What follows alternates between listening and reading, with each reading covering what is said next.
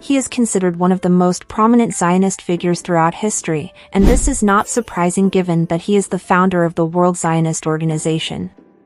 He is considered one of the most important Zionist leaders in their history, whether in terms of fame or activity, due to the great services he provided to the Zionist movement. Welcome to the Princess of Horror channel. In this significant episode, we address a contentious topic that may elicit varied reactions. While some may appreciate our perspective and others may vehemently disagree, my primary objective remains focused on conveying the truth. It is crucial to delineate the stark contrast between Judaism, an undeniably divine faith, and what is commonly referred to as Zionism. In this episode, we will examine Theodor Herzl and the formidable challenges faced by the Jewish community.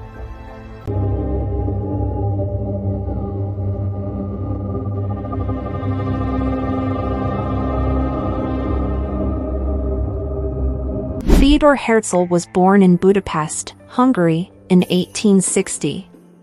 At the age of 6, he commenced his education at a Jewish primary school where he studied for 4 years before transitioning to a general secondary school. Subsequently, at 16 years old, he enrolled at an evangelical college from which he graduated in 1878.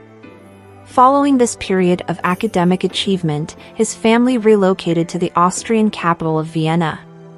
Once settled in Vienna, Herzl joined the Faculty of Law and completed his studies with both a doctorate and a bachelor's degree by 1884.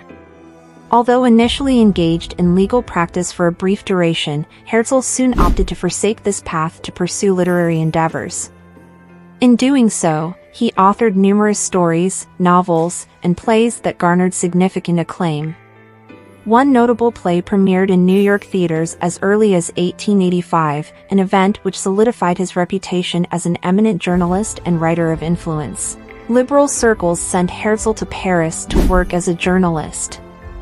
He stayed there for about 4 years before returning to Vienna in 1895, where he continued to write until his death in 1904.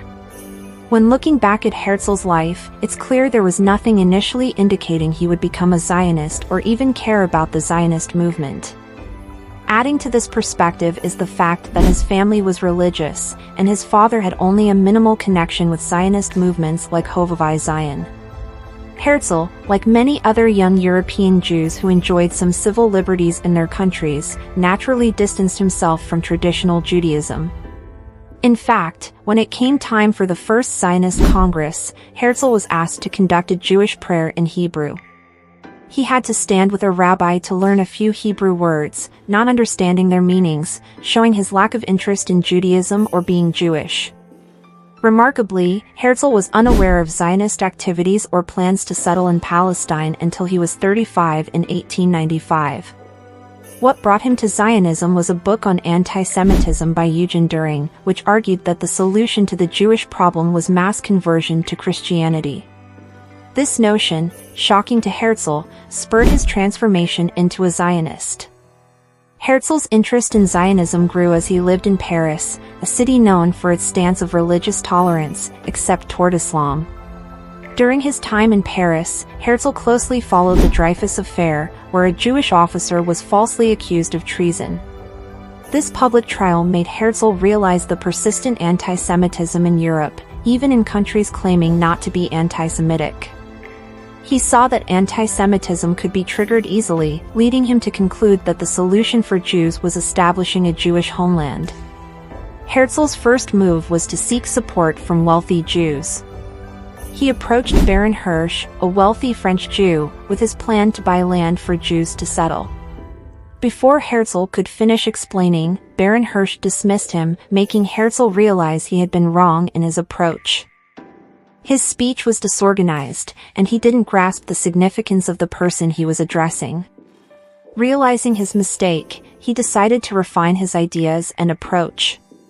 He wrote a letter to present to a representative of the Rothschild family, the wealthiest and most influential Jewish family in history, with a branch in France. Herzl also began working with poorer Jewish communities, believing that while the wealthy would purchase the land, it would be the working classes who would live and work there, supporting the project. One of the key individuals Herzl collaborated with was Max Nordau, a Zionist. Both Herzl and Nordau recounted in their memoirs that from their first meeting, they felt a mutual understanding. Naturally, Nordau, a renowned writer whose works were translated across Europe, supported Herzl's efforts. Herzl also enlisted David Wolfsohn, a lumber merchant, who became one of Herzl's primary aides and later the second president of the World Zionist Organization. Despite this activity, Herzl gained little traction. The Rothschild representative even refused to meet him. Herzl then turned to the media, deciding to publish his ideas and vision for solving the Jewish problem in a book. In 1896, in Vienna, he published The Jewish State in German. This book encapsulates Herzl's thinking, arguing that Jews, often gathered in communities, faced recurring persecution. Herzl believed that once Jews escaped one oppressive situation, they would often congregate elsewhere, only to face similar persecution. He observed that European Christian societies inherently disliked Jews for both legal and religious reasons, considering them second-class citizens. Herzl concluded that the Jewish problem was national, not merely legal or religious. Herzl's solution was the establishment of a Jewish state. But how could Jews create such a state? From the Jewish state, Herzl proposed, let sovereignty be granted us over a portion of the globe, sufficient for our rightful requirements, and we will take care of the rest ourselves. When asked where this state should be, Herzl mentioned Argentina and Palestine but did not prefer one over the other. However, Palestine was under Ottoman rule, and the Ottoman Empire was deeply in debt with ongoing economic crises. Herzl suggested that if the Sultan granted Palestine to the Jews, they would solve Turkey's financial problems entirely. Herzl further argued that a Jewish state in Palestine would serve as a barrier against Asia and a defender of civilization against barbarism, maintaining good relations with Europe, which would guarantee their presence. To achieve this, Herzl envisioned two entities, the Jewish Society and the Jewish Company. The society would formulate laws and principles, acting as the brain, while the company, analogous to the British East India Company, would implement these plans, acting as the muscle. Herzl admired the East India Company's model of colonizing India and Asia, believing the Jewish Company could replicate this strategy in the targeted land. To fund this venture, Herzl proposed issuing shares of the Jewish Company on international financial markets, bypassing the indifference of wealthy Jews. Once the land was acquired, Herzl envisaged that the poor, along with workers, would be the first to migrate to this new Jewish homeland.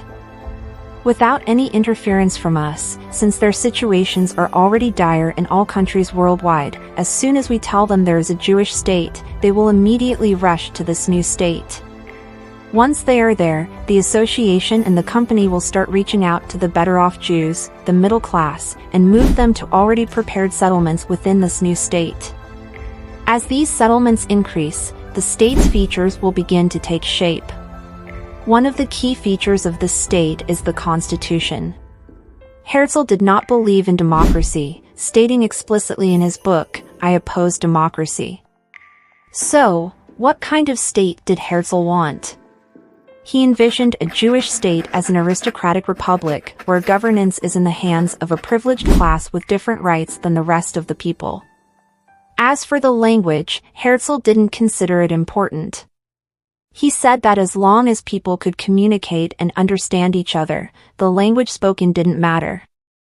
The main priority was the army, whose sole role would be to protect the state.